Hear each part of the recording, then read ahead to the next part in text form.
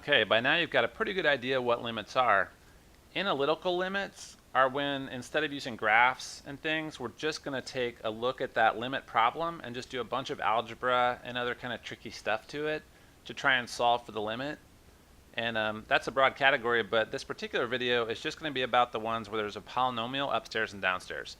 So as these two problems look like here, something with, a quadratic expression or something with a cube in it, whatever, just powers of x upstairs and downstairs. I'll have a slightly harder one later in this video that's got some kind of fractions upstairs and downstairs, but again, it's a bunch of x squareds and stuff. This video is also only about ones where x is approaching a number. So here we have 2 and we have -3. If you've got a problem where x is approaching infinity, that's a different video. That's going to be a slightly later one called limits at infinity or something about infinity. Because there's just a different strategy for doing those. They're actually even a little bit easier than these. So this video is about polynomials. Let's get started. If you're not a factoring master, go back in this site to the Algebra 1 or Algebra 2 class, find that factoring chapter, and brush up a little bit, because there will be a bunch of factoring on these. Although, as you'll see, we will get a little bit of help from the problems themselves figuring out how to factor these. All right, so first things first, whenever you have a limit problem, you always try plugging in, always, always, always, even if you think you know how it's going to go. So we're just going to take 5, plug it in right here, and sure enough, 5 minus 5 is 0. So when we plug in, we just get 0. That's a fine answer. The limit of something can be 0. No big deal. Game over. Move on to the next problem. These next two, though, are going to give us trouble. They're going to give us this 0 over 0 or indeterminate situation. You plug in 2, you get 2 squared is 4, minus 4 is 0. And downstairs, you get 2 minus 2, which is also 0. Now, a lot of students I work with, they'll think, hey, 0 over 0, that must equal 1. Turns out that is not correct. Normally, if you have a number over a number, like 2 over 2, or 5 over 5, or even x over x, those would just cancel out to 1, right? All these would cancel out to 1.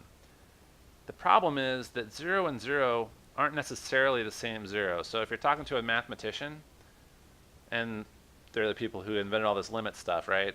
They would say, well, yeah, it's 0 over 0, so you'd think it would be 1, but we don't actually know which 0 is bigger, or which one's decreasing faster, or whatever, because really this isn't equal to 0. That's the limit we're approaching. As x approaches 2, we'll be headed towards 0 and 0, but we don't know which one's actually a tiny bit smaller at any given moment.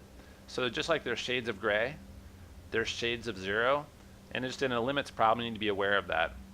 It's really just this one chapter in calculus. You have to be aware that there's different zeros in the world.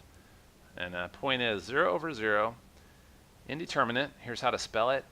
And all it means is you've got to do more work.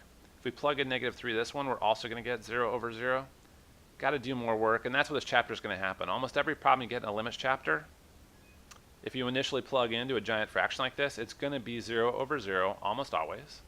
So you'll have to do a little bit more work, and each one of these videos will cover a slightly different type of problem. You'll recognize them.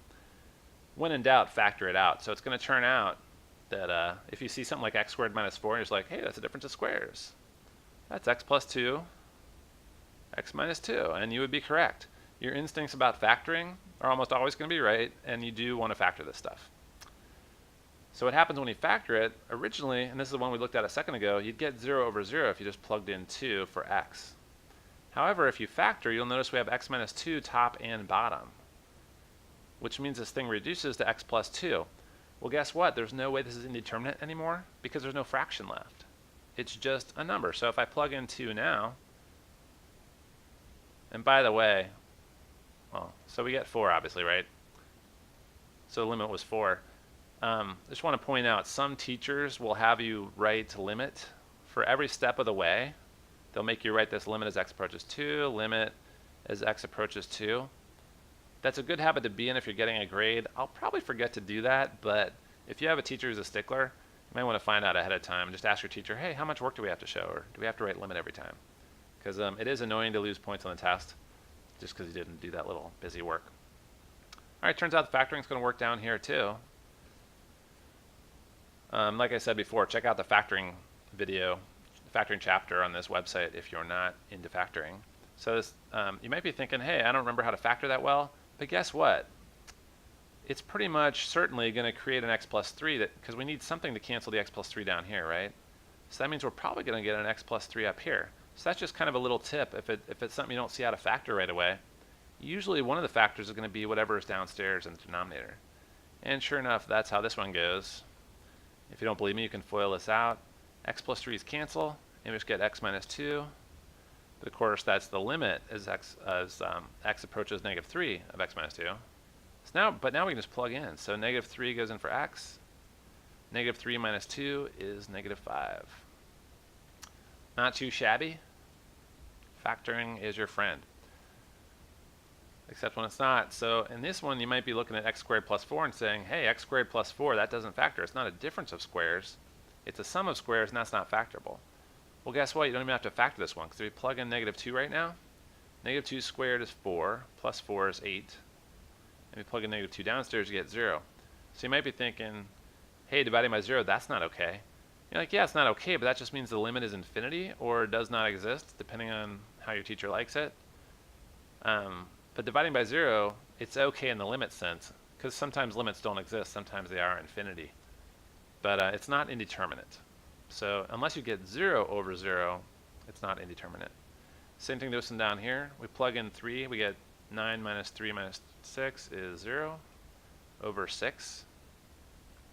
And this is just equal to 0. If you have 0 over another number, that's just 0. If you have a number divided by 0, that does not exist or infinity, but neither of those is indeterminate. All right, difference of cubes. What's going to happen in this chapter is that all the most obscure types of factoring that you've ever seen are going to come out to haunt you, and one of them is the sum and difference of cubes. I've copied that formula up here. If you've never used this formula before, just go, like I said, go back to the factoring chapter and check out the video on factoring cubes, sums and differences of cubes. But the point is that this is going to factor, and even if you didn't remember exactly how to factor them, you could take a guess that x plus 3 must be involved, right? Because you know that it's going to have to factor the x plus 3 downstairs. By the way, I didn't plug in, but this is 0 over 0, because negative 3 cubed is negative 27. All right, so we do need to factor this. We get x plus 3, and then since this was x cubed and 3 cubed, our a is x, and our b is 3, so that's where we can go plug in. And since we have the sum of cubes, we're going to use that, and that. We'll use the top symbols. So that means we have x plus 3, but then x squared minus 2x plus 4. All right, so x plus 3 cancels as expected. And now we just plug in negative 3. So we'll get 9 plus 6 plus 4 is 19. That's a weird number. Oops, this should have been 3. So it would have been 9 plus 9 plus 4 is 22. And this should have been 9 as well. So 9 plus 9 plus 9. Apologize, for some reason I got wacky and started plugging in 2's instead of 3's. Alright, next one, same thing's going to happen. X minus 2 downstairs, so you can bet your bottom dollar there's going to be an x plus x minus 2 upstairs. And sure enough, if you factor that, you get x squared plus 4x, oops, plus 2x. Gosh, having trouble with my own formula here today. All right, x minus 2's cancel. And now we just plug in the 2 that we wanted to plug in all along. So we get 4 plus 4 plus 4. Forgive me if this is not the right answer. You know what happened, right? You're probably better at plugging in stuff than I am at this point in your math careers. All right, so a harder one. What's harder about this? What's harder is it's got cubes in it. It doesn't look like you'd be able to factor it. But of course, if you plug in 0, sure enough, you get 0 over 0. So we do have a problem. It is indeterminate. We just got to figure out a way to factor it. Well, it turns out this is the most basic factoring problem of all, factoring stuff out. So we can just pull out an x. And we get x squared minus x minus 12 all over x. Yay, our x's cancel. And now we just got plug in 0 for x. So we get 0 minus 12. It's going to equal negative 12. Turned out it wasn't that much harder after all. My bad on titling that slide. All right, use substitution. This is that obscure type of factoring. It only can, it's in that factoring chapter. But you'll notice what's mysterious about this one is if you just walked up to it and started trying to solve it, you might be tempted like, oh, I have to FOIL out this cube and then I have to FOIL out this square and stuff. But you should be thinking in the back of your mind, man, it's weird that there's all these x plus 3's everywhere. And that's because they want you to use u substitution. So what we're going to do is we're just going to say, you know what? To make it easier to factor this thing, I'm going to pretend that x plus 3 is really u. So I'm just going to say, you know what? U equals x plus 3. And this is something I'm going to be doing a lot in calculus, u substitution. So it's a good idea now to get some practice in. So what we're going to do is just everywhere we see an x plus 3, we'll replace it with a u. That's going to be here, here. This is really kind of a u, and so is this. So this will become u cubed plus u squared plus u all over u. And now you can see it's a lot like the previous problem where we just got to factor out a u. Because right now, we didn't really do anything to it. It's still indeterminate. So we're going to factor out a u from the top to give us x squared, u squared plus u plus 1 over u. Now the u's cancel. So now the problem here, and the easiest mistake to make at this point, would be to plug in -3 to this right here. But we can't do that because this is x approaching -3, but we want to, all these are u's, not x's. So, well, that one is still in 1, but. So now we've got to replace the u's with x plus 3 again. So if we do that, we get x plus 3 squared plus x plus 3 plus 1. And this is all the limit as x approaches -3. All right, so now we can just plug in and see if it's indeterminate anymore. Hint, it should not be because there's no fractions left. -3 plus 3 is 0, so that's 0 squared plus 0 plus 1. Which means these guys just cancel out to 0, leaving us with just a 1. Pretty cool. So that's u substitution. If that was uncomfortable for you, definitely go back and check out the factoring chapter. There's a video called Factoring with U Substitution.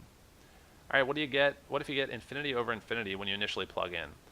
So if you look at what's going to happen here, its limit as x approaches 0. And I told you that we wouldn't do x approaches infinity in this video, right? That's for a different video. But the weird thing about this problem is even though x is approaching 0, which is something that would be covered in this video, it's still going to approach infinity over infinity because 2 divided by 0 is infinity. 4 divided by 0 is infinity. And same thing downstairs. 1 over x squared, that's infinity. So right now, if we just plug in, we're getting infinity over infinity, which is actually a different type of indeterminate. 0 over 0 is indeterminate because we're not sure, like the shades of gray, which 0 is bigger. And the same thing is true with infinity over infinity. It's also indeterminate because even though infinity is in a big number, there's different infinity and different infinity, shades of gray.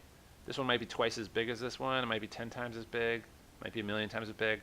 No way to tell. We just need to do more math. And it turns out, again, this is going back to an Algebra 2 chapter, but when you have a complex fraction, which is where we've got this giant fraction problem, right? Like this whole problem is a giant fraction, but then within the numerator and denominator, it's got little fractions. That's called a complex fraction. And the trick for dealing with those is to multiply top and bottom by the biggest denominator. So since x squared is sort of the worst denominator we have anywhere, we're going to multiply top and bottom of the whole giant fraction by x squared. And then, so now we just distribute the x squared everything. So x squared times 2 over x squared is going to be 2. X squared times -4 over x is just going to be 4x. And then minus 2x squared. Downstairs, similar story. X squared times 1 over x squared is just 1. X squared times 6 over x is plus 6x. And 2 times x squared is 2x squared. All right, so now we can take the limit as x approaches 0, and hopefully we won't get that infinity situation anymore because there's no more dividing by zeros. So what happens when x approaches 0? Well, just plug in. So we'll get, upstairs we'll get 2 minus 4 times 0 minus 2 times 0 squared, and downstairs we get 1 plus 6 times 0 plus 2 times 0 squared. This is great though, right? Because 4 times 0, that's gone. 2 times 0 is nothing. 6 times 0 is 0. 2 times 0 is 0. So the only thing left after all that is 2 over 1, which is just 2. So that is our answer. So even though it looked like the situation was hopeless, this big mess, by getting rid of all these denominators, by multiplying by x squared over x squared, and remember you have to multiply top and bottom by the same thing. You can't multiply the top by x squared, the bottom by x cubed or something. got to be the same top and bottom, but we got rid of all those sassy denominators that were making everything go to infinity. All right, and this last one, just want to show you what these problems look like. You notice we have x approaching infinity and x approaching negative infinity. This is also going to give us infinity over infinity when we first plug in, because of course if you're plugging in infinity top and bottom, you're going to get infinity over infinity. Like I said, that is indeterminate, but the trick for dealing with these is actually going to be pretty simple, but we'll cover that in the video about infinite limits. So, keep the hope alive. Now you know what to do about limit problems where you have polynomials divided by other polynomials. In upcoming videos, we'll do what to do if there's roots upstairs and downstairs, or if there's a sine and cosine upstairs or downstairs, that kind of junk. Just a lot of little specific situations, maybe 5 or 6, you'll have to know how to deal with. But once you know those 5 or 6, you will have seen all the tricks they can throw at you on the test.